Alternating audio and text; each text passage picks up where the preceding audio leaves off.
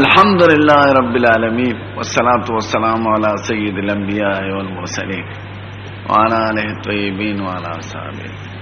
بسم الله الرحمن الرحيم. ما جاء كم فرض الله على عبادي من الصلوات. خدای پاک څومره منځونه فرض کړی دي په خپل بندگان.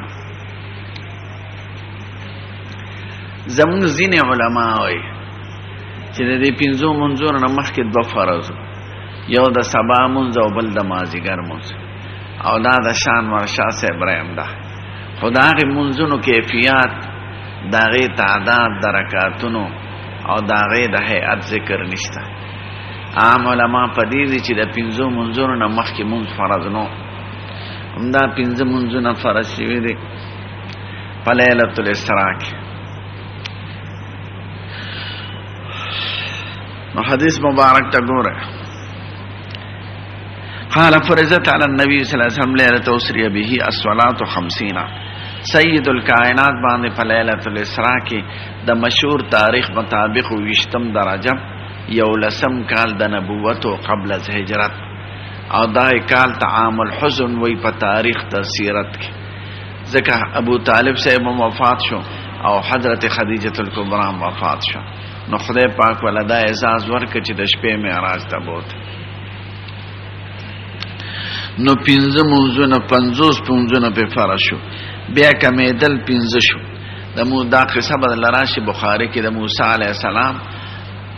سید الکائنات د موسی علیه السلام او د خدای په منځ کې بدتر راته. نو هر ځل 15 معاف کېدل، 9 ځله لاړ چې آخري 15 پاتې شو. موسی علیه السلام ورته وایي قربان اوسم ډیر دی، ځکه زما په امت باندې 2 منځونه فرض شوي، هغه هغوی نه دي پوره کړی. نو ته لاړ شه د خدای نه سوال وکړه. نو دی وایي چې خدای پاک خو ما ته هر ځل 15 معاف کړ، اوس به څه وایم؟ جبریل علیه السلام ته وکتل، نو بیا وایي ماله د خدای نه حیا راغله، زه نه تلم. نو بس پر 15 بس دي. نو هغه وخت کې بیا دا اعلان وشو، لا یبدل القول لدی، د خدای د طرفه د اعلان وشو، فیصله نه بدلیږي زما په دربار کې. وان لک بهذا الخمس 50، تعالی به د 15 په عوض کې 50 ترکو. لا یبدل القول لدی مطلب دا دی ظاهرا چې دینه پس کمیدل نه راځي، بس ماغه 15 دی. دیم مطلب دا دی چې ما سره کمی نه دی راغلی، یو ما سره په لیکلو په درجات او ثوابونو کې دی، هغې کې کمی نه دی راغلی، ځکه لدی وایي لا یبدل القول لدی. خو تاسو سره مې په عمل کې تخفیف وکړو، نو د دې 15 په عوض بدل له 50 لیکم. ما ځان سره 50 ته مخکې نم لیکلیو او اوسم دی، نو تخفیف په عمل کې راغی، نه تخفیف په اجر کې، نسخ په فعل کې راغی، نه نسخ په کتابت او تقدیر کې. ما سره چې کوم لیکلی دی هغه په هلکه چا باندې 50 روپۍ پوري، هغه 15 ورکي، ته ورته لکه بس دا په قلم راکا کم به حساب به باغ شو. د 50 په دې 50 دا یو نیکی په لاسو بدېدل، دا خصوصیت د دې امت دی، دا وعده بل چا سره نه وشوي. به دې کې اصولي بحثونه دي چې دا خو نسخ قبل العمل دی، ځکه صحابه حضور مبارک په عمل نه دی کړی، صحابه ته نه دی را رسېدلی، او نسخ قبل الوصول دی الی الامت. نو دا نسخ کېدی شي که نه؟ نو څوک نسخ نه وایي، څوک یو بحثونه کوي، څوک بل بحثونه کوي. صحیح دا ده چې نسخ دپاره اصول ضروري دی، او حضور مبارک نماینده د ټول امت، نو چې هغه ته ورسېدل نو دا نسخ قبل العمل شو. شان ورشاه صاحب دې ټولو اصولي بحثونو ته ګوري، او د معتزله او د اهل سنتو بحث دی په دی. نو هغه دا فیصله کړې ده چې دا الغا د مراد د په دفعاتو سره نسخ نه دی، یعنی د اول نه منشا مراد د خدای پاک ته چې 15 منځونه دي. نو دا هغه 15 وایي. د دې داسې مثال دی لکه یو ځل حضور مبارک صحابه ته وی دام خوښه ده چې تاسو ثلث د اهل جنت یې، نو هغې ډېر خوشحاله شو، وی الحمدلله. د ټول جهان د جنتیانو سلس بتاسو یې بیا راته وي دا خوښه ده چې نصف تاسو یې د اهل جنت نو دا غینه نورم زیات خوشاله شو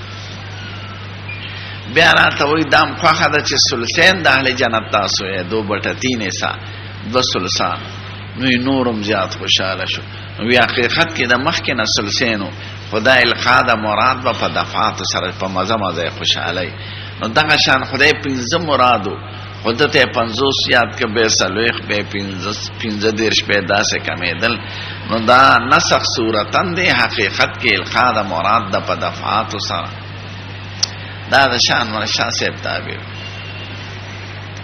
خو ما ته ځل کې یو خلجان راځي هغه دا چې حضور مبارک په دې خبره خو اولا بالفهم کدا اول نه مراد د خدای پاک 15 نو به دی ولی زی د خدای پاک او د موسی علی السلام په منځ کې حضور مبارک د 50 نه 50 فهم کړ او موسی علی السلام ته 50 فهم کړ او هغه ورته دوی چې قربان دا ډیر زیات تلار شنه بیا لا نو خدای 15 معاف کړ نو بیا راغی نو دا تک را تک د نبی کریم د موسی او د خدای په منځ کې علامه ده چې حضور مبارک وتم دغه فهم کړو اوس مونږ دوی چې نه القاد مراد په دفعات وا خدای پاک د مخ کې نه منشه 15 وا نو به څنګه به خو نسبت العیاذ بالله د خطا فی الفهم راضی سید الکائنات نوم دعوتی قسم بند معتزله د خپل کار کوي او دا د نسخ قبل الوصول او بعد الوصول خبره خرست د مولیانه جوړې دي نو ته د مخ کې کلام او تشریع الهی په دې رست قواعد باندې جاری کوما قواعد تابع کړه چې خدای ویلي د بس حق دی او رسول الله ته فهم کړی دی ما ته ذهن ته دغه توجیه خو ناراضي ځکه دا خو یقینا د چې حضور په صحیح حدیثو چې بار بار ته اوس یو خبره طالبانو پاتې ده چې دا ګرانه نو چې 50 منځونه په فرض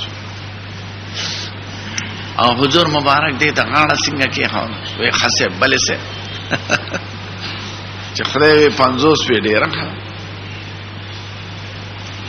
او موسی علیہ السلام ګرانواله محسوس کو ورته قربان تلاش نو دا علماء وی سید الکائنات دا وقت په اخیری مقام د خلت او د محبوبیت یو عاشق زمون تعبیر دی پیغمبرانو کې عشق نه استعمالي حب استعمالي نو په اخیری درجه د حب کیو او د خلت مقام ورکړو خدای خلیل الله نو چې څوک دی او محبوب سره ډیر نږدې دا محبوب د کلام ګرانواله په نه محسوسيږي دنیا کې د عشق داسې ډېرې خبرې تیرې شوې دي چې معشوقه عاشق ته وي دا کارو کوي خسه بلې سه دا دریاب واړه و دی بل طرف ته اړم شي باټې راواري دریاب ته اوس کو ګولې شي کړي شي کو نو عشق او د محبت او د خلت مقام دی چې دی په ګرانوالي د امر د محبوب نه پیږي دې ته ګوري چې وایون کې سوکته او چې خدای په کور نو خدای به توفیق ورکړ ممکنه چې نور آسانی راغله تا خوشي ویني دي کنه او چې خدای په دې نه پیږي چې 50 منځونه وخت دا محمود غزنوی او د آیاس قصې مشهور دي کنه نو د آیاس غریب خاندان نو ترکی غلام د محمود تډیر زیات ګران او خوخ او خيار نو د نور وزیرانو مور سره حسد کو نو یو ځل چې دا ترکی غلام د دمرات اعتبار دی نو یو ځل داسې مقام خو یو وزیر ته د اخرى په سر کړای واله هغه سه وښو په سر وګش دا بالا زرو چتول بل ته وې د ورمنډ آیاس ته وې د ورمنډ آیاس والا او د خپل په منځ کې وته ست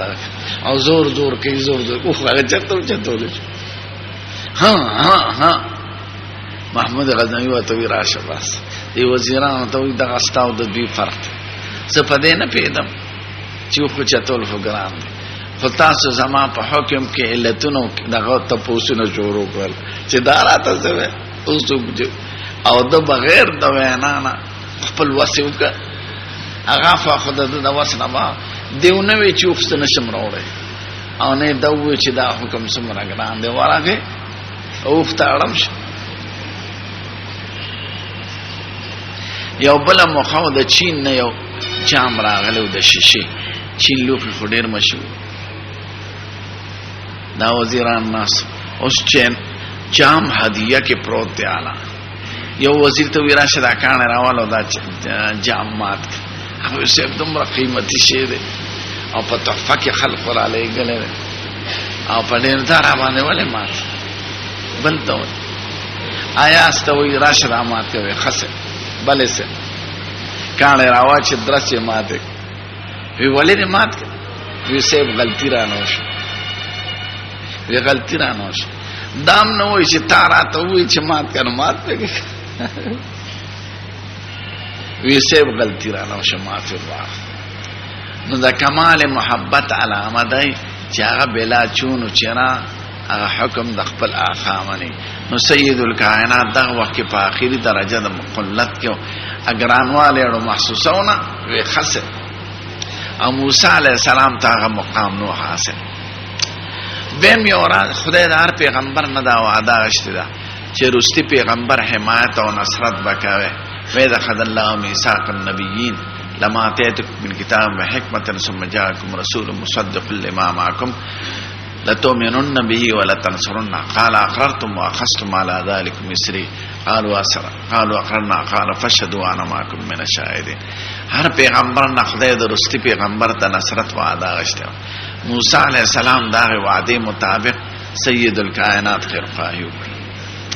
درې مدا چې حضور ته نو ته دا غنرستو جړل او دی وی خدای دا یو نوجوان پیغمبر دی ځکه د حضور عمر لګو او زمانه پس راتلون کې دی او د امت په زمانه امت نه زیات سي جنت لا په خپل امت باندې ولا افسوس ورغه حسدن دا نه وي خپل امت باندې افسوس نو خدای ورته د حضور مبارک مقام کوي چې دې دومره عبادت تم غړل او تلو راتلو کې خدای پاک د ملاقات باعثم جوړ کړ او د سید الکائنات لوی درجه او شرف هم سرګند شو چې خدای ور سره دومره احسان وکړ چې د 500 نه خبر را واست 500 تا نو دا 500 بس نسخ شي دي او نسخ کی وصول سید الکائنات ته بسته حضور مبارک په عقیده ولر علم ورترا او د ټول امت د طرفه یو نماینده او مشر ده نو دا هغه وصول کافی ده او فی الباب انه باتم السامت والحتم بن عبد الله ابي غزاه وابي ذر ومالك بن سعسه وابي سيد الخدري قال ابي سعد سنه حديث حسن صحيح غريب باب في فضل الصلوات الخمس ردي پینځو منځونو فضیلت سمده حدثنا علي بن حجر قال حدثنا اسماعيل بن جعفر عن العلاء بن عبد الرحمن النبي عن ابي هريره رضي الله عنه ان رسول الله صلى الله عليه وسلم قال الصلوات الخمس والجمعه الى الجمعه پنځه منځونه او جمعه تر جمعه پورې کفارات لما بينهن دا کفاره د داغي ګناهونو چې په منځ کې شوي مالم یخشل کبائر سو پورې چې ورتل نشوي کبائر وتا دو خبرو ته خیال لره عمل دا چې کبیره او صغیره ستوي دیم دا چې دا غایه ده که شرط مالم یخشل کبائر د کبیره او د صغیره په فرقونو کې علما ډیر کتابونه لیکلي دي او اقوال دي پکې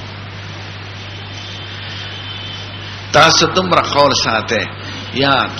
چې کبیره هر هغه ګناه ته وایي چې په هغه یو حد شرعي مقرري په دنیا کې یا مخرونه په قران او حديث کې د لفظ د لعنت سره یا د غضب سره یا د یو مخصوص عذاب سره حد په مقرری لکه زنا غلا شراب سکل قتل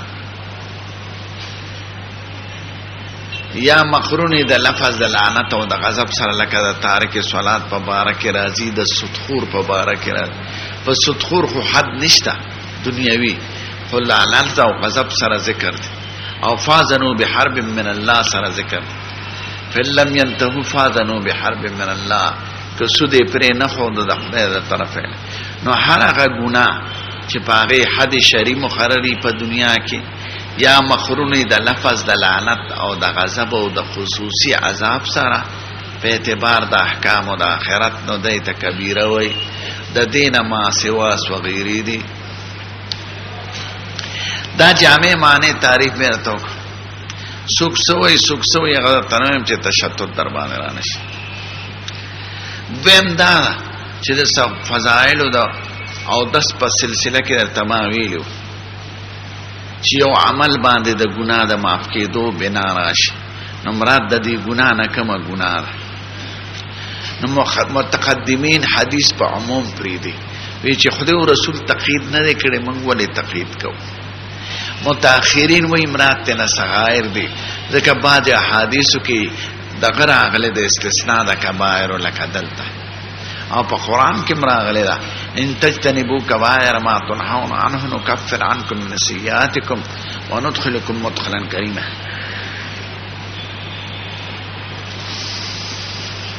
نو متأخرین ته مراد صغائر علی متقدمین ته عام علی. حافظ ابن تیمیہ وی حدیث په عموم باندې پر خودل پکار دی خو عمل بویا که عمل په اعلی درجه د اخلاص کی نو محو د ټولو گناهونو پکېږي او کب کمی نو کم پکېږي. څلورم مرای د شان او شاه صاحب قدر ته یادي چې لفظ د حدیث ته ګوره ځکه ذنوب څلور قسمه دي. ذم دی اوله درجه، خطیئه ده دویمه درجه، سیئه ده دریمه درجه، معصیت دی آخری څلورمه درجه. نو حدیث کې چې کوم لفظ راغلی دا قشان معنا کوا هغه د ترادف فی اللغت نه قائل او عام علما قائل دي ځکه بعضی کې خطیئه ذکر یو مغه کې سیئه ذکر یو مغه کې معصیت ذکر هغه فرق کوي. نو زم بڑبڑاقه ته وی عربی کې دا پاو بو چې باران کیږي او بڑبڑاقه جوړ کیږي د زم وای نو زم سو بڑو کی ګناه ته وای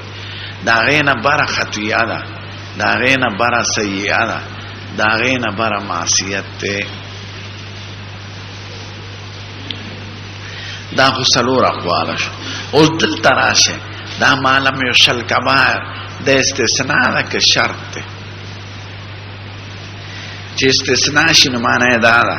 چې کفاره لما بینهن الا الکبائر ټول گناهونه په معاف کیږي کبائر په نه معاف کیږي لکه د متأخرین مسلک چې ده. او که شغایو شرط شي نو د معتزله مسلک تایید جوړیږي او قرآن شریف کوم شرط ذکر ده ان تجتنبوا کبائر ما تنهون عنه نكفر عنكم من سیئاتکم. آیات معلومیږي که کبائر نو اجتناب مکنو صغائر بدر تماف کم نو د صغائر معاف کېدلم په اجتناب د کبائر موقوف شو. او دلته معلوم یو شل کبائر ټول گناهونه معاف کیږي چې سو پورې کبیره نه کړي نو دا خو دلالت په اشتراط کوي. نو معنی دا ده چې د کبائر نه اجتناب نه کړي کنه نو صغائر مرته نه معاف کیږي. صغائر ملي معاف کیږي چې د کبائر نه اجتناب کوي. نو د شرط تقاضا ده چې محو د صغائرم په ناراضي که کبائر او چې شرط نه استثنائی نو معنی دا ده چې کبیره کړي کني کړي خو په دې صغائر معاف کیږي کبائر په نه معاف کیږي. نو د شرط معنا دا ده چې صغائرم په نه معاف کیږي که کبائر کړي او دا استثناء معنا دا ده چې کبائر خو نه معاف کیږي او صغائر په معاف کیږي که کبیره کړي کني. یو سړی زنا کړی دا او بل طرف ته بل سکړي دي صغیره نه صغیره په معاف شو کبیره په نه معاف کیږي او د اشتراط تقاضا ده چې هغه صغیرم په نه معاف کیږي چې کبیره وي. او دا مسلک د معتزله ده. معتزله وایي چې مرتکب د کبائر هغه به مخلد فی النار هغه ته اشی نه معاف کیږي نه صغائر او نه کبائر. او اهل سنت وایي نه د کبائر خپل مقام دی د صغائر خپل مقام دی. صغائر معاف کیږي په اعمال سره او د کبائر بور سره حساب کتاب کیږي. نو ظاهرا حدیث مبارک او آیات تایید د مسلک د معتزله وکي. بیا مسئله ګرانه شو. پیږي د اهل سنت او معتزله وو. معتزله وایي چې اجتناب د کبائر نه کړي کنه نو صغائر معاف کیږي، او اهل سنت وایي نه کې اجتناب نه کړي هم صغائر معاف کیږي، ځکه دا استثناء د شرط نه ده او آیات نه اشتراط معلومیږي. ان تجتنبوا کبائر ما تنهون عنه،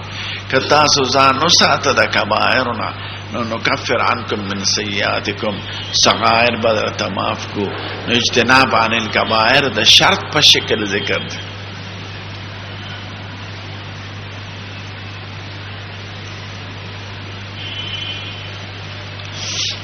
دا ګرانه مساله ده. د دې جواب صرف شان ورشاه صاحب کړی دی او قانع جواب دی چې قرآن شریف کې دو سیاق دي،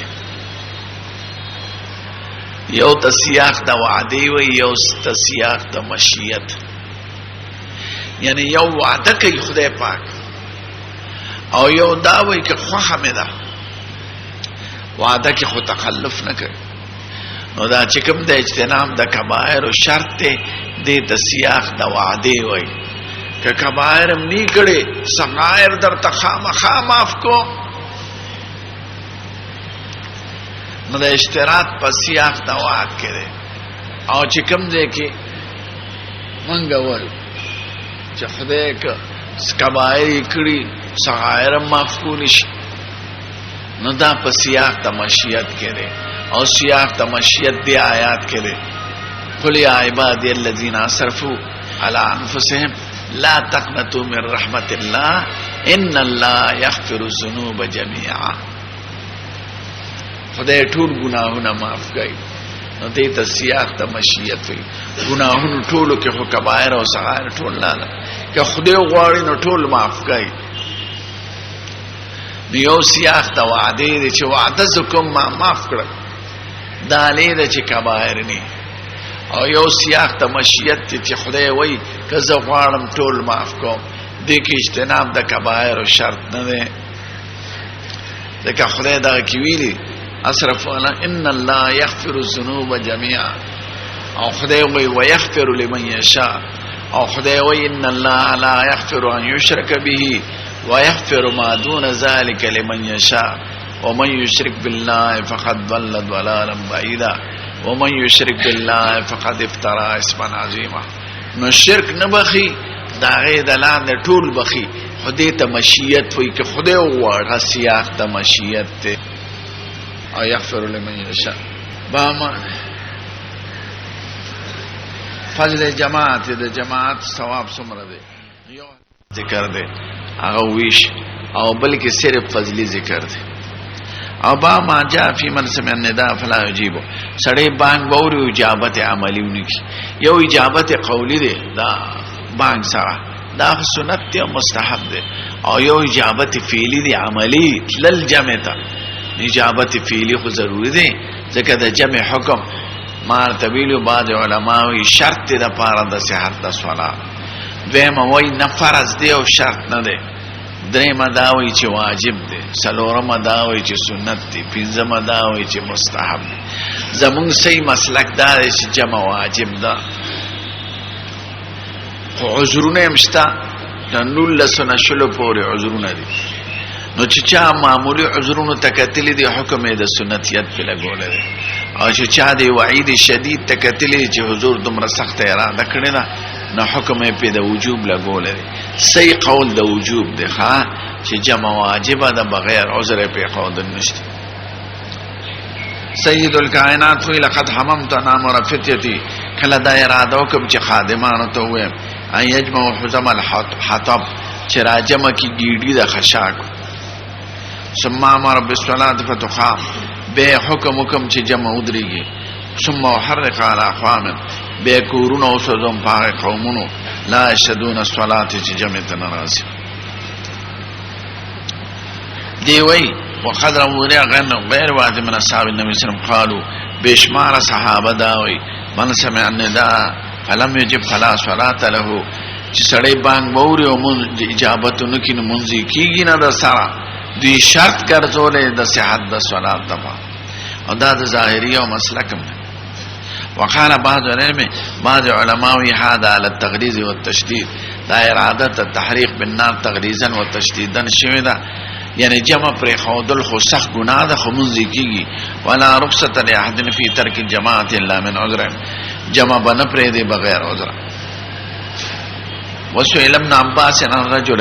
ابن عباس نه چا تاسو کو یو سړی دې ځان تزبرګ وای خو یصوم النهار د ورځې روجي ويقوم الليل او د شپې ولاړی خدای پاک ته خلا شد جمعه ولا جماعه نجمه تزين جمع تزي فقال هو في النار.